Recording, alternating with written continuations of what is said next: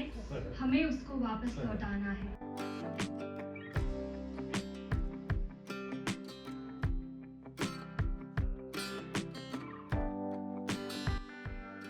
Good morning everyone, welcome back to my blog in yet another video. So आप देख सकते होंगे कि मैं अपने कॉलेज प्लेस में हूँ और अभी बारिश हो रही है।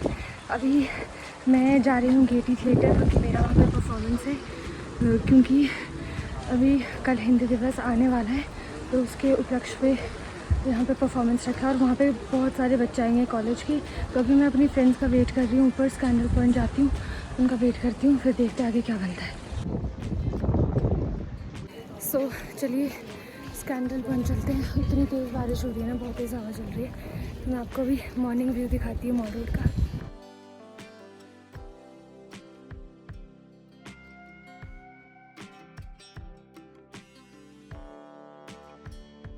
सो इस स्पॉट पे है मेरा फंक्शन,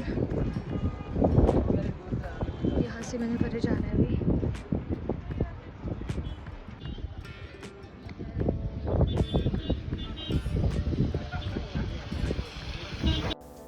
तो आप देख सकते हो ये है राजभाषा हिंदी दिवस का समारोह और यहाँ पे अन्य बच्चे भी आए हैं।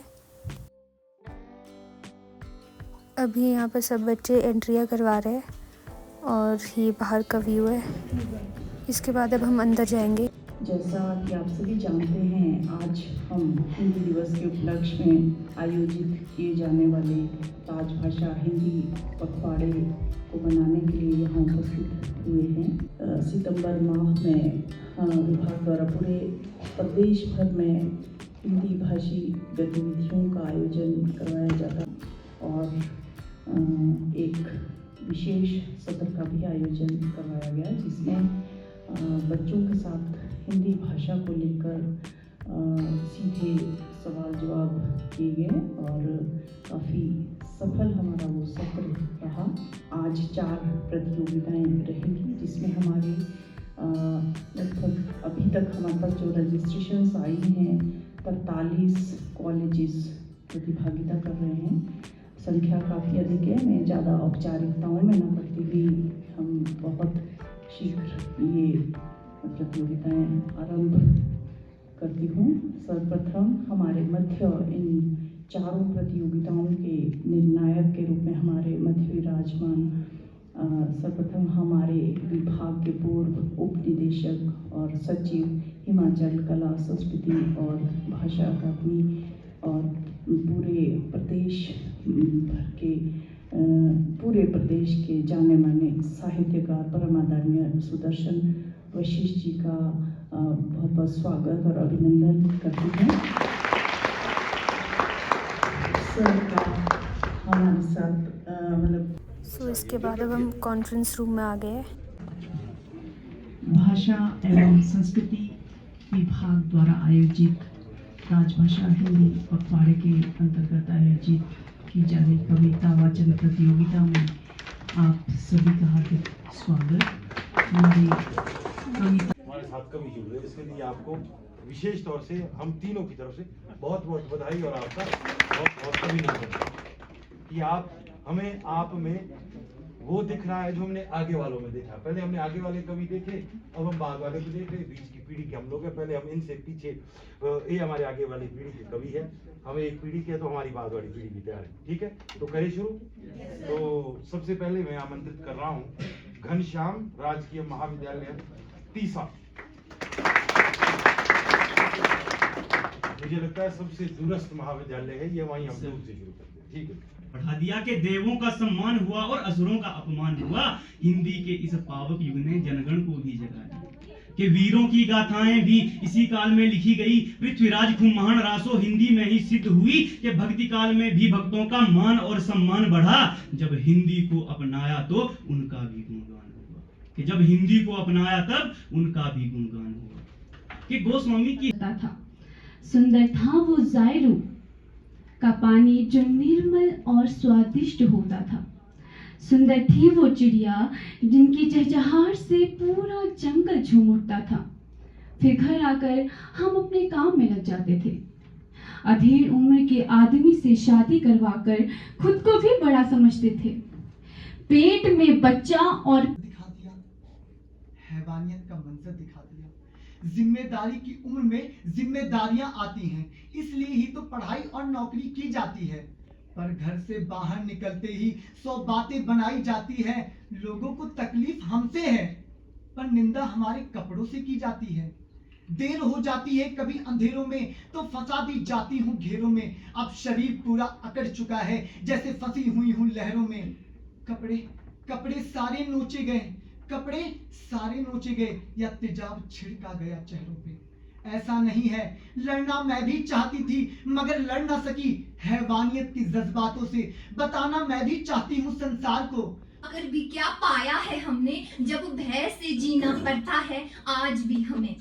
किसी के हाथों की कठपुतलियां जरा कम रह गई है अब हम, मगर भेड़ियों व दरिंदों की निगाहों से डरना पड़ता है आज भी हमें, डरना पड़ता है आज भी हमें। बलात्कार कत्ले आम हो रहे हैं अब इंसानों। दिखती होंगी सुरंगें, दिखती होंगी सरपट भागती गाड़ियां, और दिखती होगी तरक्की, मगर मैं महसूस करता हूँ हिमालय की त्वचा पर बड़ी खरोंचें, छलनी दिल और कंपित शरीर। यहाँ बन रहा है एक शमशान जिसमें लगातार उठता है धुआं। देवदारों का शमशान, बुरांश का शमशान, शमशान उस चीड़ का जिसकी जवानी तुम्हारे जीवन के बराबर रही होगी। आज उनकी लाशों में जाइलम पानी नहीं पहुंचाती, ना ही पोषण पहुंचाने के लिए फ्लोएम है। कुछ है तो बस उस कटे तने में सिकुड़े दायरे। आपने देखे होंगे कटे हुए पेड़, उसमें दायरे होते हैं ना, छोटे छोटे सिकुड़े हुए। बस कटे तने में सिकुड़े दायरे जो आज उस पेड़ की उम्र बढ़ाते नहीं बताते हैं। मैं महसूस करता हूँ बेबस इस नवीन वलित पर्वत श्रृंखला को विकास के नाम पर जर्जर होते हुए। धन्यवाद। Saint Pete's College Shimla.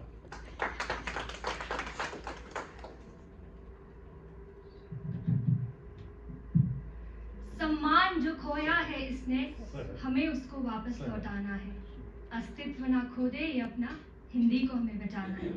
नमस्कार, आप सभी को मेरी ओर से हिंदी दिवस की अग्रिम शुभकामनाएं। मैं सहर शर्मा, सेंट बीट्स महाविद्यालय की छात्रा, आज आप सभी के समक्ष एक कविता प्रस्तुत करने जा रही हूँ। मेरी कविता का शीर्षक है हिंद का गौरव हिंदी। उम्मीद करती हूँ आपको मेरी कविता पसंद आएगी।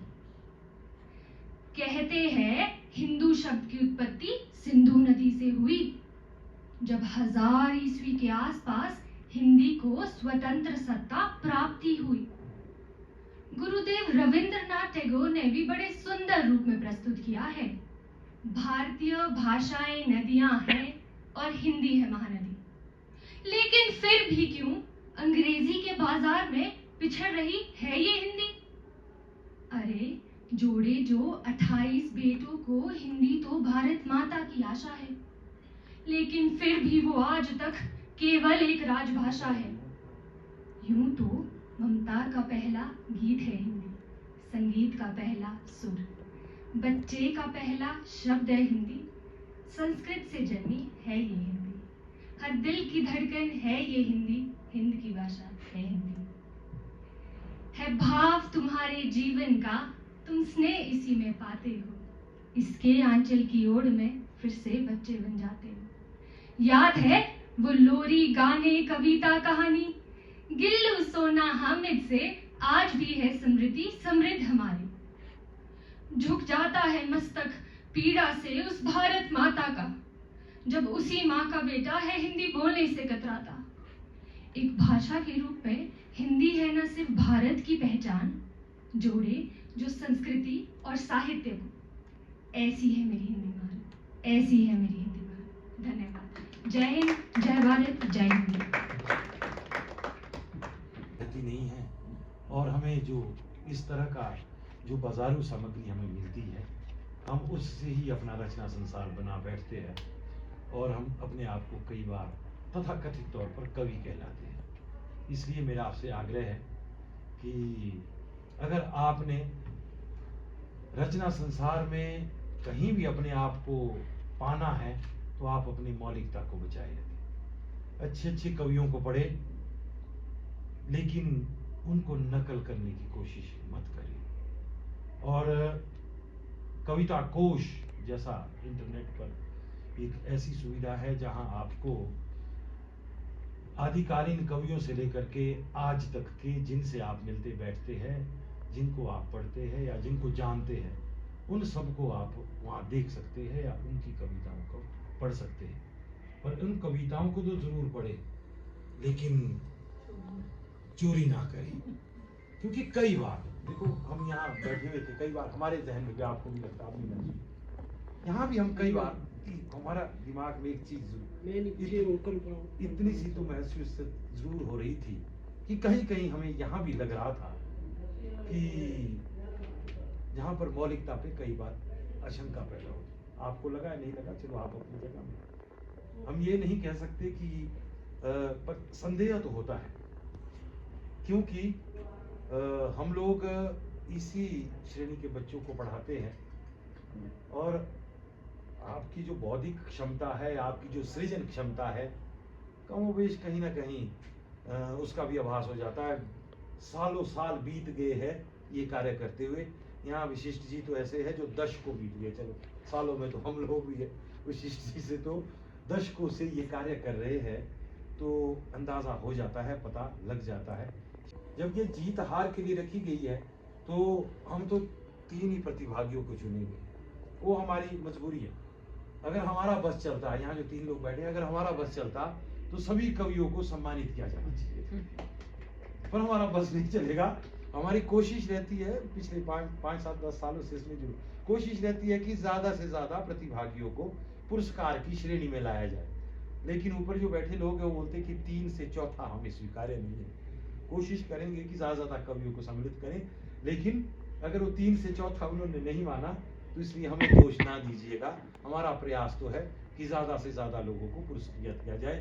पर आपने जो कविता पाठ किया है, आप सब पुरस्कार के पात्र हैं। तो अब हम इसका लेखा जोखा तैयार करते हैं, आप जाकर के भाषण का आनंद